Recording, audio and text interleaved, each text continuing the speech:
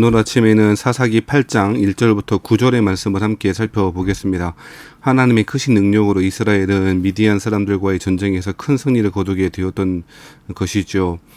오히려 이스라엘이 미디안을 뒤쫓는 상황이 되어버렸습니다. 그런데 이러한 승리의 상황 가운데 이스라엘 안에서는 심각한 문제들이 하나둘씩 드러나게 되어지게 되었습니다. 이스라엘 사람들은 한 지파 한 백성으로 하나님 섬기는 사람들이 공동체성을 유지하지 못하고 12지파가 전혀 하나 되지 못하고 분열하는 조짐들이 오늘 본문의 말씀에 등장하고 있습니다.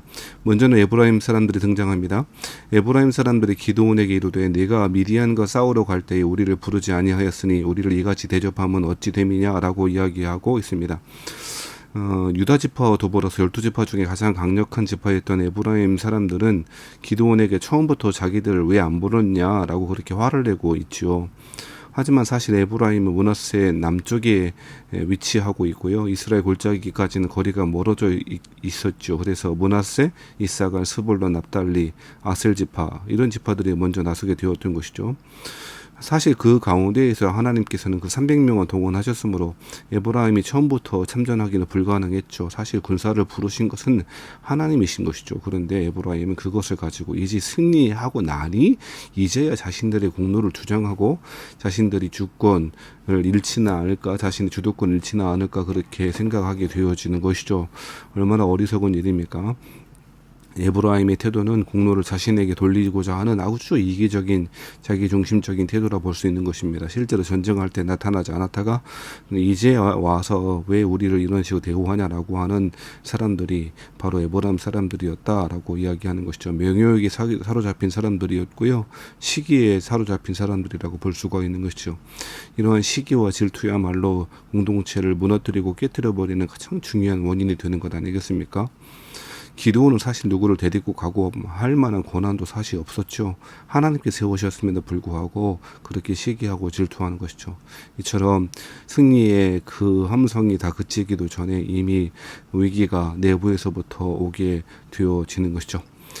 기드온은 잠시 그들과 싸우는 것을 멈추고 유순하게 대답하고 있습니다. 아직은 그 에브라임 사람들과 대적하여 자신이 권력을 가질 수 없는 그런 위치였으므로 아주 유순하게 대답하고 있는 것이죠. 자기를 아비에셀의 만물 포도보다 에브라임의 끄물 포도가 아비에셀의 만물 포도보다 낫지 않냐라고 하는 그런 듣기 좋은 말을 통해서 자기를 낮추고 있게 되어지는 것이고요. 이러한 말을 듣고 그 에브라임 사람들의 노염이 풀어졌다라고 이야기하고 있는 것이죠. 이러한 에브라임의 시기와 질투가 공동체의 분열을 가져오기 시작했던 것입니다. 근데 에브라임뿐만 아니라 기드온도 사실은 교만한 마음이 보여지고 있는 것이죠. 계속 그렇게 보여지고 있는 것인데요. 8장 4절부터 35절까지는 우리 또 계속 살펴보겠습니다만 8장 4절부터 35절은 이 기드온이 왕이 되어져 가는 권력을 점점 사유하고 있는 사사로 세우신 하나님의 마음을 이해하지 못하고 자기가 권력을 사유화하는 일들이 벌어지게 되어지는 것이죠. 8장 4절 5절 말씀에 보면 기드온과 그와 함께하는 자, 그리고 8장 5절의 말씀에 보면 그가 숫곳 사람들에게 나를 따르는 백성이라고 이야기하는데요. 이 나를 따르는 백성이라고 하는 말이 히브리어 원문에 보니까 내 발에 있는 백성이라고 이야기합니다. 자신의 사병처럼 그렇게 그 300명을 이야기하고 있는 것이죠. 점점 기드온은 하나님께 헌신된 하나님 부르신 사람이라는 생각을 잃어버리고 권력을 사유화하려고 하는 모습이 보여지고 있는 것이고요. 이런 모습은 6절, 7절, 8절 말씀에 나오고 있습니다. 숫곳이라고 하는 지역이 있는데 그 방백들이 이르되 세바와 살문나의 손이 지금 내 손 안에 있다는 거냐? 어찌 우리가 내 군대에게 떡을 주겠느냐 하는지라라고 이야기합니다. 세바와 살문나를 추적하고 있는 기드온과 그의 사람들에게 피곤하여 배고파서 떡을 요구하니까 숫곳의 사람들이 그렇게 할 수 없다라고 이야기하죠. 승산이 확실히 되어지지 않는 한 자신의 몸을 던질 수 없다는 그런 태도를 보여주고 있는 것이죠. 이러한 숫곳의 사람들도 역시나 공동체 의식을 갖지 못하고 있는 것을 보여주고 있는 것이죠. 그러면서 기드온은 선언합니다. 뭐라고 선언합니까?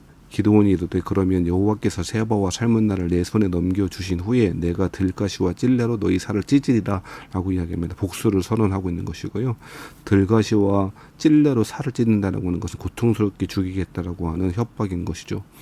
하나님의 백성들, 하나님의 한 형제를 그런 식으로 위협하고 있는 것이죠. 이런 모습을 통해서 이스라엘 공동체가 점점 찢어지고 있는 모습을, 분열되고 있는 모습을 보여주고 있는 것이고요.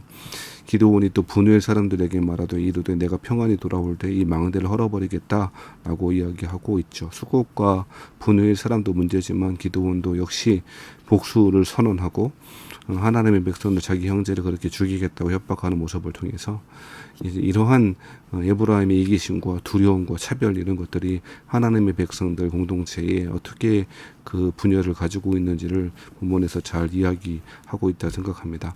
사랑하신 성도 여러분, 교회에서도 으뜸되기를 좋아하는 사람들이 있어서는 안 될 것입니다. 겸손하여 하나님의 뜻을 따르고 겸손의 형제를 섬기는 사람들이 교회가 하나 되게 하는 것이죠. 그런 사람들이 되시길 바라고요.